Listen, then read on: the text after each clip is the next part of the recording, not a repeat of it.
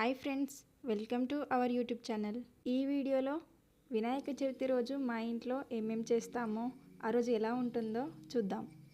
ఏ చిన్న పండగకైనా ఆడవాళ్ళు కాళ్ళకి పసుపు పెట్టుకోవడం, కుంకుమని బొట్టుగా పెట్టుకోవడం సాంప్రదాయం. వినాయక చవితి రోజు ఏదైనా స్పెషల్గా స్వీట్ రెసిపీ ప్రిపేర్ చేసుకుంటారు కదా. నేను సేమియా ప్రిపేర్ చేశాను. సేమియా పాయసం ఎలా ప్రిపేర్ చేసుకోవడమో ఇప్పుడు చూద్దాం.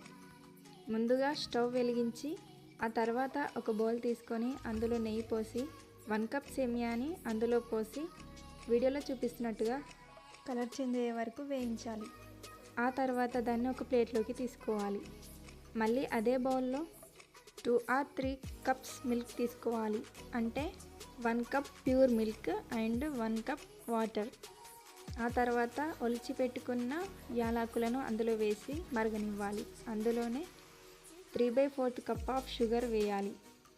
పాలు మరిగిన తర్వాత నెయ్యిలో వేయించిన సేమియాని అందులో వేసి కలపాలి. ఒక 5-10 మినిట్స్ తర్వాత స్టవ్ ఆఫ్ చేసేయాలి. సేమియా పాయసం రెడీ.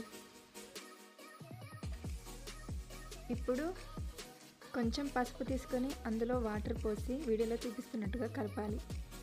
అండ్ కుంకుమ కూడా తీసుకోవాలి. గుమ్మం ముందు ఉన్న గణపతిని ఫస్ట్ పసుపుతో పూసి డెకరేట్ చేయాలి. కుంకుమ పెట్టాలి. ఆ తర్వాత వీడియోలో చూపిస్తున్నట్టుగా డోర్స్ అన్నింటికి ఇలా పసుపుతో చిలకరించి వాటిపై కొంచెం కుంకుమ పెట్టాలి. నెక్స్ట్ ఒక చిన్న పాత్రలో సున్నం తీసుకొని అందులో వాటర్ కలపాలి. మరొకటి జాజు, వాకిట్లో అండ్ ఇంట్లో వీడియోలో చూపిస్తున్నట్టుగా ముందుగా సున్నంతో గీసి మధ్యలో జాజుతో గీయాలి. ఇలా 5 గీస్తూ ఉండాలి. వీటిని వెంకన్న అడుగులు అని అంటారు. ఇవన్నీ వినాయక చవితి రోజు చేసే కార్యక్రమాలు అన్నట్టు మా ఇంట్లో. మీరు కూడా ఇలానే చేస్తారా? చూడ్డానికి బాగున్నాయి కదా. ముందుగానే మామిడి తోరణాలు కట్టి పెట్టుకోవాలి. మేము ఇలా కట్టుకున్నాము.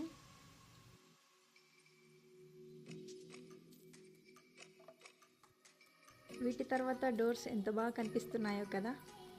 ఇప్పుడు ఒక వైట్ రీల్ దారాన్ని 5 వరుసలు తీసుకోవాలి. దానికి వీడియోలో చూపిస్తున్నట్టుగా పసుపు పూయాలి.